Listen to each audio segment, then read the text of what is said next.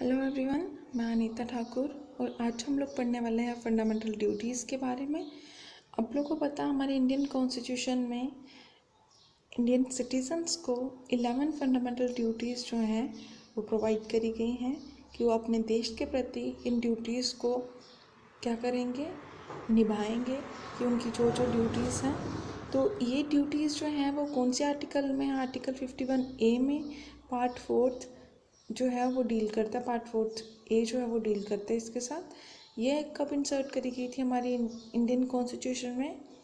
एक अमेंडमेंट हुआ था, अमेंडमेंट एक्ट 1976 में। और ये अमेंडमेंट कौन सा था, कौन से नंबर वाला अमेंडमेंट था? 42nd अमेंडमेंट एक्ट हुआ था 1976 में। उसमें ये फंडामेंटल ड्यूटीज़ जो थी वो इंडियन सिटीजन्स को प्रोवाइड करी गई थी। अब ये जो ड्यूटीज़ हैं वो पहले कितनी हुआ करती थी? 1976 में जब इनको इंसर्ट किया गया था कॉन्स्टिट्यूशन में, तब ये 10 ड्यूटीज़ हुआ करती थी। और 11th फंडामेंटल ड्यूटी जो है वो 86th अमेंडमेंट एक्ट हुआ था 2002 में, उसमें इसको इंसर्ट किया गया था, मतलब इंडियन कॉन्स्टिट्यूशन में डाला गया था। फर्स्ट ड्यूटी जो है वो इंडियन सिटीजन्स की क्या है कि कॉन्स्टिट्यूशन की रिस्पेक्ट कर, कॉन्स्टिट्यूशन में ये लिखा गया है कि हर एक पर्सन नेशनल फ्लैग और नेशनल एंथम की रिस्पेक्ट करे।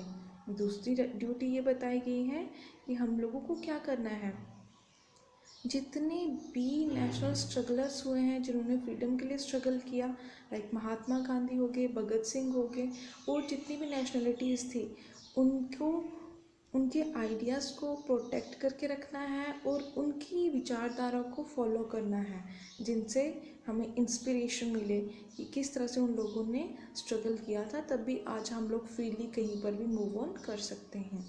थर्ड ड्यूटी क्या है सिटीजन्स की कि वो सॉवरेनिटी को प्रोटेक्ट करके रखें, यूनिटी को प्रोटेक्ट करके रखें, और इंटीग्रिटी जो है इंडिया की उसको प्रोटेक्ट करके रखा जा सके। सॉवरेनिटी का मतलब होता है सुप्रीम पावर, कि हमारी जो हाईएस्ट अथॉरिटी है उसको प्रोटेक्ट करके रखा जा सके। और फोर्थ ड्यूटी क्या है इंडियन सिटीजन्स की कि वो अपनी कंट्री को बचा के रखे। जब भी उन्हें लगे, सिटीजन्स को लगे कि हाँ अब नेशन को हमारी ज़रूरत है, तो वो अपनी नेशनल सर्विस रेंडर करने के लिए मतलब शामिल हो जाएं अपने नेशन को बचाने के लिए।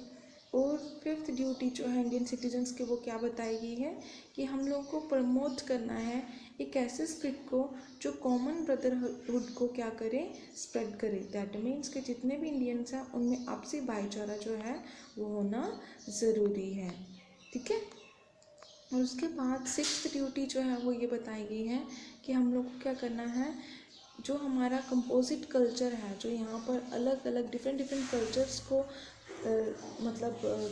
किया जाता है, सेलिब्रेट किया जाता है, उसको प्रिजर्व करके रखना है। जो हमारी कल्चरल हेरिटेजेस हैं उनको प्रिजर्व करके रखना है।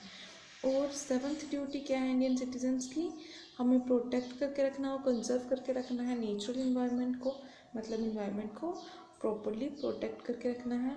और उसके बाद जो एट्थ ड्यूटी है उसमें बताया गया है कि हमें एक साइंटिफिक टेम्पर डेवलप करना होगा, जिससे हम लोग हर एक चीज़ को साइंटिफिकली स्टडी कर सकें, और स्पिरिट ऑफ इंक्वायरी जो है वो हर किसी में होनी चाहिए। नाइन्थ ड्यूटी क्या है कि हम लोग को पब्लिक प्रॉपर्टी को सेफगार्ड करना, उसे प्रोटेक्ट करके रखना है, ठीक है।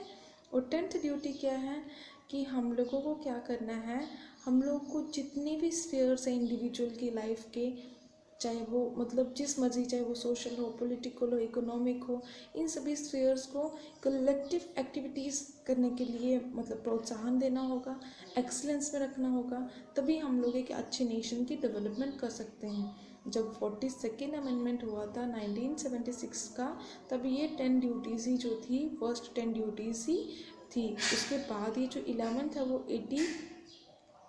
86th अमेंडमेंट हुआ था 2002 में, तो उसमें इंसर्ट किया गया था कि जितने भी पेरेंट्स हैं, all the parents shall make provision for the education of their children between age of 6 to 14 years. इसमें क्या बताया गया है कि जितने भी पेरेंट्स हैं हमारे इंडिया में, उन सभी को एक ड्यूटी प्रोवाइड करी जाती है कि वो अपने बच्चों को एजुकेशन प्रोवाइड करें जिनकी एज 6 साल से 14 साल के बीच में है। आई होप आप लोगों को समझ में आया होगा। Thanks for listening and may God bless you all.